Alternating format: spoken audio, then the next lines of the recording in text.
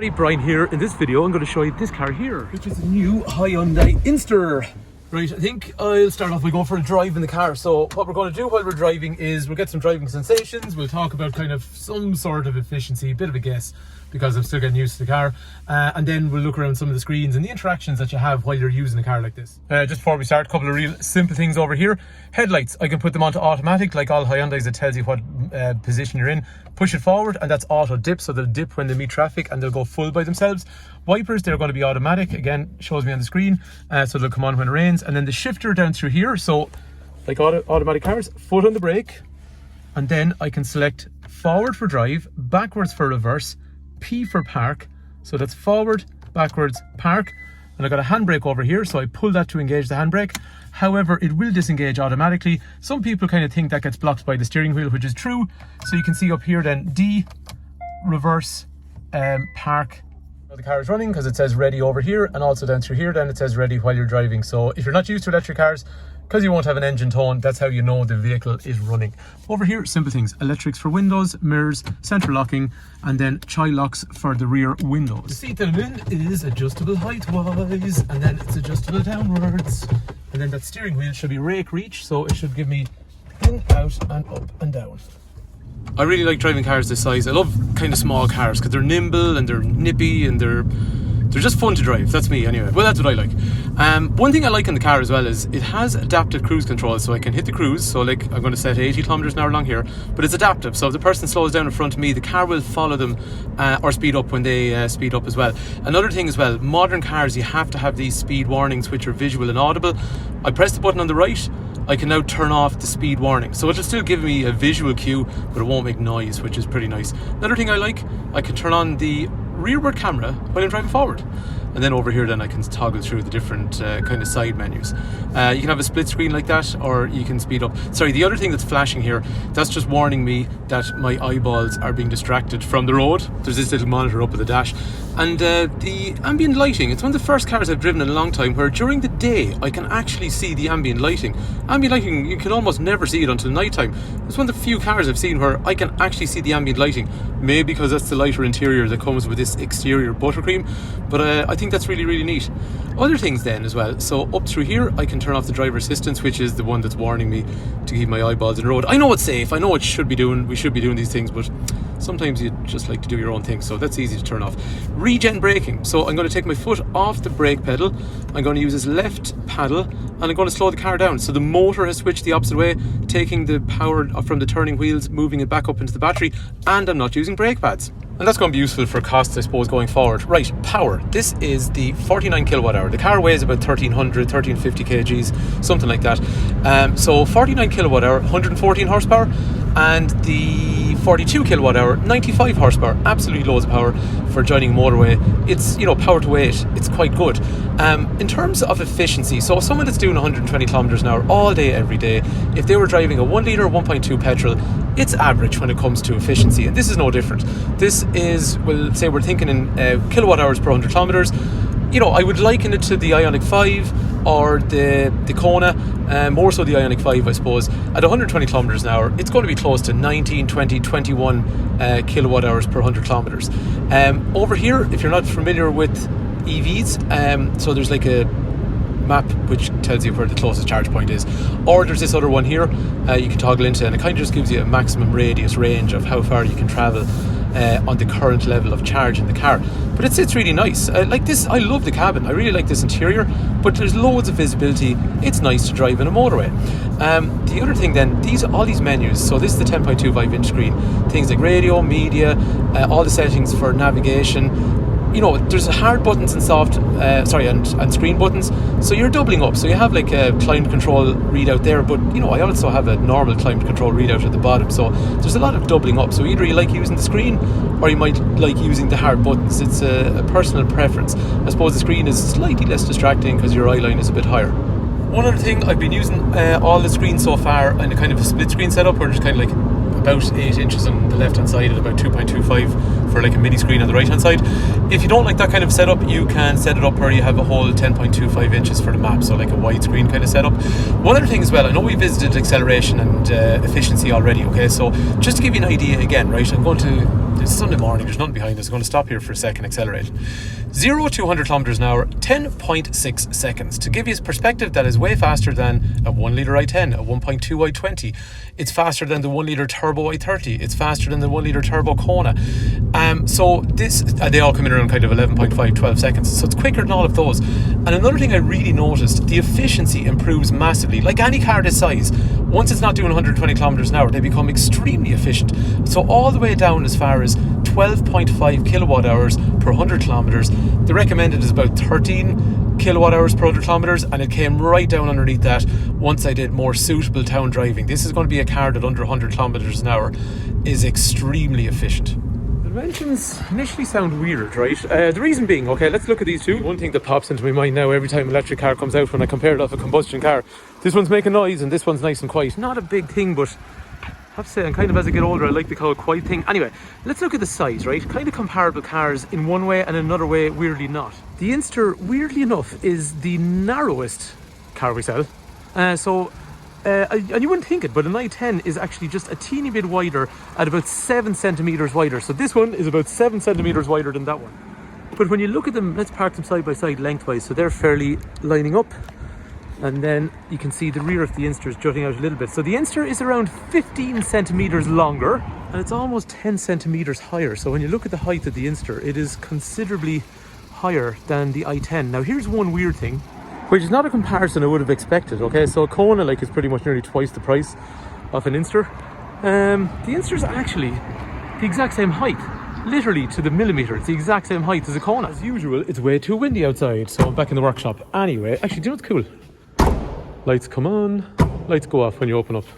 The boot on this is 280 litres. If I go around and I pull the seats forward, and we now end up with a boot that is 350 litres. So you see the way these kind of slide just to keep, I suppose, keep a level in through there. What's also handy, storage. And I mean a decent bit of storage down under here as well. And then while we're inside, let's have a look at the lights. So high mounted stop lamps going to be there. These are the parametric pixel tail lights, but they're also the brake lights as well. Indicators to the rear then, they are nice LEDs in through there. This is a fog light and there's a reverse light over here. Okay, I'm digressing a bit by talking about the lights. Okay, so like we're saying to you, this feels like a bigger car on the inside. If the seats are all the way back, so I have the slightly smaller boot setup, sitting behind myself, that is the amount of legroom I have, but this feels a lot bigger than an i10. I think a lot of it is just the roof height. I think having the light interior definitely makes it feel like that as well, but it absolutely, it feels like a significant amount of space in here. Right, let's say we've gone for the 350 litre boot. Yeah, okay, I've got a little bit less legroom over through here naturally, but is it good enough for a 6-foot person sitting behind a 6-foot person? Absolutely. So this is just to give you an idea of what you're looking at. Other things I see in here, there is a USB-C connector for the rear passengers down through here, and I just love this interior. It's bright and light and nice and airy. So we know it's a 4-seater vehicle, has the Morse code emblem for Hyundai that you see there, and in another place on the car. Headrest back through here, headrest back through here. I really like the material, this kind of khaki kind of finish that's on it. It looks really nice, but it's just a really nice bright cabin to sit in. And I went for a drive with somebody there that hadn't driven an automatic car, so they said, look, you drive, fine. I went for a drive with them, grand. But they felt like they were coming out with i10, but they felt like they're getting into a car that's much higher. But I'm sitting, look how much space I have. It doesn't make sense. Over through here, these materials, these are just design cues, I'd say. Brushed aluminium, electrics for windows, speaker, and then you can see the recycled materials kind of see-through that are used for some of these plastics for some storage. Right around the outside then, it is keyless entry, so I can use the button to lock or unlock and get in and out of the car, and that's because it is push button. Anyway, a couple of other notable things in here is wireless charging. Down through there is some storage. I know we talked about them when we're driving, but very quickly, these are the controls for the screen in through here. These are controls, speed up or slow down, warm and cold, where you want the air to blow, driver only, which I think is useful in an EV. Heated seats, parking camera on or off when you're driving forward actually. Parking sensors on and off for the front and rear, auto hold. Just for anyone that might have missed it, down here, handbrake. Steering wheel warmers in through here, height of the lights, traction control. Just while we're at it, the front lights then, they have these pixel graphic massive turn signals along through there, so they're pretty nice looking. And then in through here then we have LEDs, and the daytime running lights are big LEDs as well. It's a cool looking car. So it just looks like nothing else. Like, a couple of people have come in today, and just at a glance when they're driving in, they're saying it just looks like a Jeep or something like that. When you look at the dimensions, it shouldn't be anything like a Jeep, but I suppose it has that kind of rugged and sort of beefy looking, which for this size of car, again, shouldn't make sense. But I suppose nice kind of sporty things like the little skid plates on the front and the rear as well. I think this model with the 17-inch wheels looks really nice. Again, another skid plate on the front. But it's just a very, very cool looking car. If anyone's curious about things like frunks and stuff like that, we don't have a frunk. So like a conventional car, actually, where the engine would be, you just have the motor down onto the battery and that kind of stuff as well. So other cool things then as well. Indicator goes all the way around, which wraps around like every car you see, but it also has these front ones as well, which are pretty neat. And then the rails, which allow you to put bars from one side to the other, and a roof box as well. So they're quite nice too. See, one other thing that's worth mentioning, you do get camera, you do get parking sensors that make noise, but it's got a radar as well, so it tells you exactly where the problem is here and also here as well. Two things I hadn't noticed until I sat in the car on the passenger side. There is a little hook here if you want to hang something, bag, whatever it is, and there's another one over here. So there's another hook over there, so if you want to hang something there, so that's pretty useful. From the point of view of safety, obviously I have things like anti-lock brakes, emergency brake assist, I have lane departure warning, lane keep assist, speed sign recognition, I've got side, I've got front, airbags, steel bars for side impact protection as well. So a car like this off this size, it actually has a good level of safety. Right, what about charging? Because I think that's going to be important, so I'm just going to show you how it works. What's cool in this is AC and DC charging. Okay, so when I plug in the AC charger, it should be starting up, and then in this binnacle in here, it should tell me that I got 128 kilometers, I got 45%, and it's starting to charge, and the remaining time is 5 hours and 30 minutes. Okay, so the interesting part then, if you manage to get into a DC charger, DC charging capability on this car is up to 85 kilowatt hours. So I think, and even between 10 and 80% can be at 75 kilowatt hours. So that means in 30 minutes, you should be able to complete 10% up as far as 80%. So that's going to give somebody a range of about, I don't know, 40 or 50 kilometers up as far as somewhere in the mid 200s, 250, 260, something like that in 30 minutes. A couple of other things I might have mentioned so far. So we have 12 volt power in through here. So we just flip that upwards. I've got a large USB-A, which is handy because not everyone's got a USB-C. So USB-C, faster, more modern phones.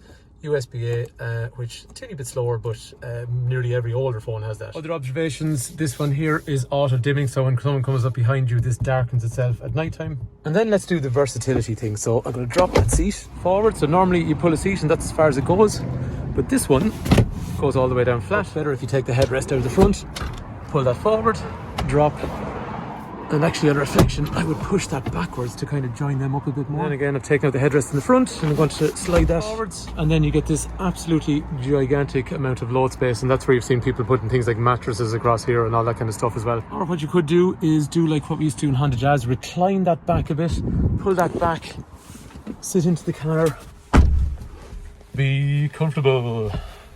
I think the drinks holder and the armrest are really nice in through there as well. A couple of other things. As you'd expect, you're going to have Apple CarPlay and Android Auto and that kind of stuff, so it's useful for things like Spotify and Audible and all that kind of thing. And they will have a trailer package. Now, I can't see a towing weight on it. Again, this car is, in terms of horsepower, this 49 kilowatt is about 114 brake horsepower. The 42 kilowatt is about 95 brake horsepower. The car weighs about 1.3, 1.4 tons, so it's not a heavy car, so that's why there's, I suppose, decent acceleration in it considering the power. But the trailer, I'm going to assume, is wired up for maybe bikes and stuff like that. I just don't see a towing capacity anywhere at the moment, so that's I might be able to update that in the comments at some point. And one of the final things I'm going to jump around on here is it has a heat pump and a battery heater. So what's interesting about that basically is the heat pump's useful technology. It scavenges heat from the electrical processes and uses that to help heat the cabin, which means the heater's not under as much pressure, which means the battery's not under as much pressure. So definitely more efficient. We've heard figures of about 10% increase in battery efficiency by just having a heat pump alone, but there's also a battery heater on this. So like all these cars, they have these lithium-ion batteries, and basically they can charge and they can discharge. And the way they charge and discharge is basically lithium ions move backward and forward between something called an anode and a cathode in the internal electrolyte even. I don't know what any of that means. But basically, the movement of these ions is where you get these processes that happen that facilitate power production and all that kind of stuff. In the winter or cold temperatures, movement of these ions is restricted, and in warm temperatures, they move much faster and more easily or whatever. So what we're saying here is by the car being able to heat the battery, it reduces the amount of discharge that happens. So because it's basically keeping a warmer battery, movement of the ions is facilitated, which means the processes are better, which means it doesn't discharge as quickly. But the other thing that happens is it charges more efficiently because of that as well. So warmer battery charges faster and doesn't discharge as quickly. And just for charging time on something like that one there, that at the moment is giving 7 kilowatts. So technically from 0, 7 sevens are 49, 7 kilowatt hours over the space of 7 hours. So 7 kilowatts going in every hour over the space of 7 hours would bring it up to 49. So technically from 0 to 100, that's about a 7-ish hour charge time. But nobody charges from 0. Anyway, hopefully you like the car. Hopefully the video has been useful. If there's anything you want me to ask in the comment section, just let me know, and I'll definitely do my best to help. And if you watched the whole video, I really appreciate it. Brian here, Fitzpatrick's Garage, Kildare. Give me a shout, 086 843 1945, if you're thinking about buying one in Ireland, and I'll do my best to help. Thanks for watching, guys.